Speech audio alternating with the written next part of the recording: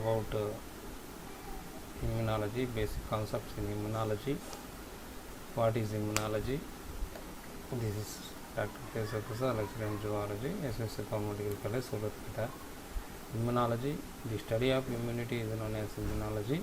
Immunity, what is immunity? Immunity is the state of protection against foreign pathogens or substances against antigens. Acquired immunodeficiency syndrome, AIDS, is one of the example. So for better understanding purpose, a disease caused by human immunodeficiency virus, HIV. We all know that the marked significant depletion of T cells, CD4 T cells, and the result in increased susceptibility to a variety of opportunistic infectious diseases and cancers. This is one of the main symptoms in AIDS వ్యాధిగ్రస్తులకు immunity తగ్గిపోవడమే కాకుండా వాళ్ళకి అనేక వ్యాధులకు వాళ్ళు న్యూనత కలిగి ఉండి ఈజీగా వాళ్ళకి వ్యాధులు సంక్రమించే అవకాశం ఉంది. అంతేకాకుండా కొన్ని రకాల క్యాన్సర్ వ్యాధులు కూడా వాళ్ళకి వస్తాయని మనం చెప్పుకోవచ్చు.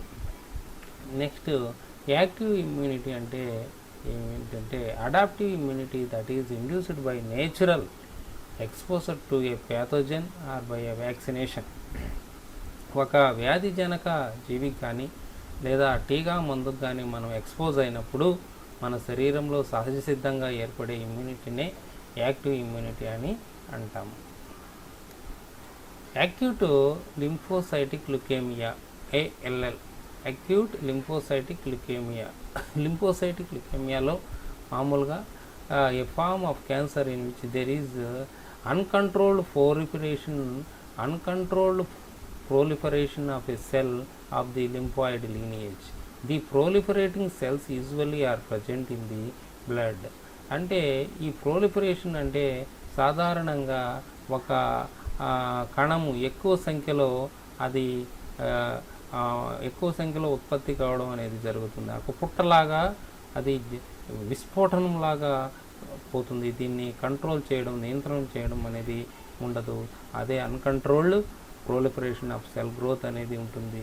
ఈ లింఫాయిడ్ లీనియేజ్కి సంబంధించి లింఫాయిడ్ టిష్యూస్ ఏవైతే ఉన్నాయో ఆ లింఫాయిడ్ టిష్యూస్ అన్నీ కూడా ఇవి డ్యామేజ్ కావడం, అది సాధారణంగా రక్తంలో వచ్చి చేరడం, ఇది ఫర్దర్గా ఈ లింఫాయిటిక్ లుకేమియాకు దారితీసే పరిస్థితి ఏర్పడుతుందన్నమాట.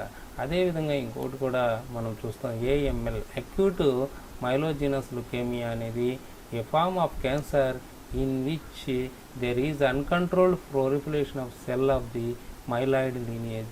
The proliferating cells usually are present in the blood. ఎలాంటిదే, ఇది కూడా క్యాన్సర్ లాంటిదే. అయితే ఇక్కడ మైలాయిడ్ లీనియేజ్ అన్కంట్రోల్డ్గా ఉండి అక్కడ అక్యూట్, క్రానిక్ రెండుగా ఇది ఉంటుంది. ఇదంతా కూడా రక్తంలో జరిగే process. Adaptive immunity, host defenses that are mediated by B cells and T cells following exposure to antigen and that exhibit specificity, diversity, memory and non-self discrimination. ఇక్కడ అడాప్టివ్ ఇమ్యూనిటీలో ఏం జరుగుతుందంటే ఇక అతిదేయి రక్షణ వ్యవస్థలో ఉండే బి సెల్స్ మరియు టీ లింఫోసైట్స్ రెండు కూడా ఈ ప్రతిజనకానికి ఎక్స్పోజ్ అయినప్పుడు అవి ఒక ప్రత్యేకతను, నిర్దిష్టతను కలిగి ఒక రకమైన జ్ఞప్తిని కలిగి ఉంటాయి. అంటే ఆ కణాలకు ఇది మన కణము, ఇది శరీరానికి సంబంధించింది, ఇది మన సొంత శరీరానికి సంబంధించింది, ఇది యాంటీజెన్కి లేదా పరదేశీకి సంబంధించిన విచక్షణ కలిగి ఉండేది ఈ అడాప్టివ్ ఇమ్యూనిటీ. అంటే ఈ అడాప్టివ్ ఇమ్యూనిటీలో బి సెల్స్ కానీ టీ సెల్స్ కానీ ఇవి యాంటీజెన్కి ఎక్స్పోజ్ అయినప్పుడు ఇవి మన కణాలా లేకుంటే ఇంకో కణాలా అని ఈజీగా గుర్తుపట్టేది. అడ్జువెంట్స్ అనేది చాలా ఇంపార్టెంట్. ఈ 5 మార్క్స్ అడుగుతూ ఉంటారు. Adjuvants, factors that are added to a vaccine mixture to enhance the immune response to antigen by activating innate immune cells. Dead mycobacterium were among the original adjuvants, but more refined preparation include alum, cytokines and or lipids. Adjuvants అనేది ఏమీ లేదు, మనం వాటికి సంబంధించి ఒక vaccine మిక్సర్కి దాని యొక్క ఆ పనితనాన్ని పెంచేటందుకు ఇవి దాని పనితనాన్ని వేగవంతం చేసేందుకు ఇవి ఉపయోగపడతాయి. ఈ dead mycobacterium are the original adjuvants. దీనికి తోడు మనం కొన్ని ప్రిపరేషన్స్ కూడా మనం ఫిజికల్ ప్రిపరేషన్స్ కూడా యాడ్ చేస్తాం. ఆలం, పొటాష్ ఆలం కానీ, సోడియం ఆలం కానీ, ఆలం అంటే పటిక, సైటోకైన్స్ అనేవి కానీ, ఇంకా కొన్ని రకాల లిపిడ్ పదార్థాలు కానీ అడ్జువెంట్స్గా దోహదకారులు లేదా ఉత్ప్రేరకాలుగా ఇవి వాడుతూ ఉంటాము. అది అడ్జువెంట్స్ అంటే. అలర్జీ గురించి వస్తుంది. అలర్జీ అనేది మనం సాధారణంగా ప్రతి ఒక్కరూ వాడుతూ ఉంటాం. A hypersensitivity reaction that can include hay fever, asthma, serum sickness, systemic anaphylaxis, contact dermatitis. Here hay fever అంటే మనం ఏదైనా పుప్పటి రేణువులు కానీ, కొత్త వాతావరణంలోనే గాలిలో ధూళి కానీ ఇలాంటివి పీల్చినప్పుడు మనకి ఫీవర్ వస్తుంది. తుమ్ములు, దగ్గు ఇదంతా కూడా వస్తుంది. ఇంకా ఆస్తమా పేషెంట్లకి ఇలాంటివి చాలా ఈజీగా వస్తుంది, ఆయాసం లేదా ఉబ్బసం అనేది. ఇదేవిధంగా సీరంలో మీకు సిక్నెస్ కూడా వస్తుంది. సిస్టమిక్ అనాఫిలాక్సిస్ అంటే ఒక రియాక్షన్స్ దద్దులు రావడం, వీటిని అర్టికేరియా అంటారు. అదేవిధంగా అలాంటివి చిన్నవి ఇవి కాంటాక్ట్ డర్మటైటిస్ అంటే దురదలు రావడం, ఇవన్నీ కూడా అలర్జీకి సంబంధించిన లక్షణాలుగా మనం చెప్పుకోవచ్చు. నెక్స్ట్ అనాఫైలాక్సిస్ అని ఇప్పుడే చెప్పుకున్నాం. And immediate type 1 hyper sensitivity. ఇది తక్షణం వెంటనే వచ్చే ఒక రకమైన హైపర్ సెన్సిటివిటీ. ఈ హైపర్ సెన్సిటివిటీలో ఇది టైప్ 1గా మనం చెప్పవచ్చు. ఇది ఐజీఈ అనే ఒక ఇమ్యునోగ్లోబిన్ని ఇది ద్వారా జరుగుతుంది. ఇక్కడ systemic anaphylaxis leads to shock and is often fatal. ఇది ఈ దైహిక సంబంధించింది, ఇది చాలా ప్రాణాంతకమైనది. Localised anaphylaxis involves various types atopic reactions. ఇంతకుముందే మనం అటోపిక్ అంటే ఏంటనేది చూస్తాం, అటోపిక్ అంటే చూస్తాం మళ్ళీ. తర్వాత యాంటీబాడీస్ గురించి చూస్తాం. యాంటీబాడీస్ అనేది, యాంటీజెన్స్ అనేది ఇమ్యునాలజీలో ప్రతిసారి మనకి ఆఫెన్గా వచ్చే పదాలు. Immunoglobulin proteins consisting of 2 identical heavy chains and 2 identical light chains and recognize a particular epitope on a antigen and facilitate clearance of that antigen. Membrane bound antibody is exposed by beta cells and have not encountered antigen.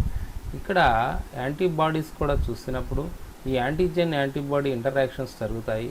అందులో 2 light chains, 2 heavy chains అనేవి ఉంటాయి. ఇవి రెండు కూడా సమానంగా ఉంటాయి.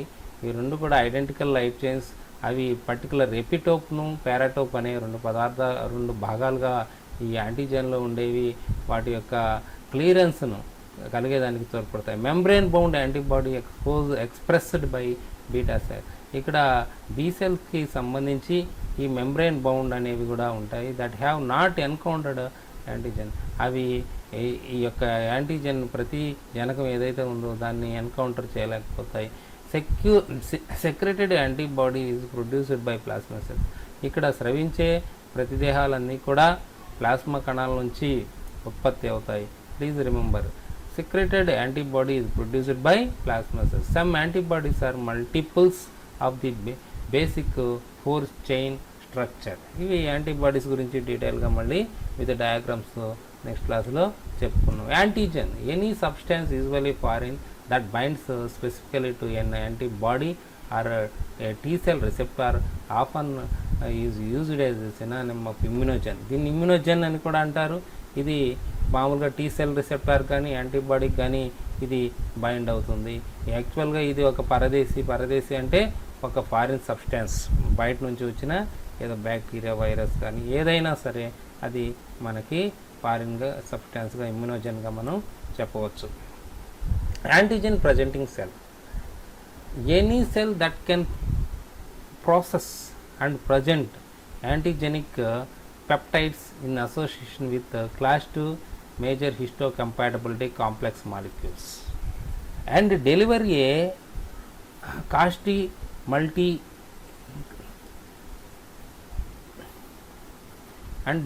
a costly stimulatory signal necessary for T cell activation. Macrophages, dendritic cells and B cells constitute the professional antigen presenting cells.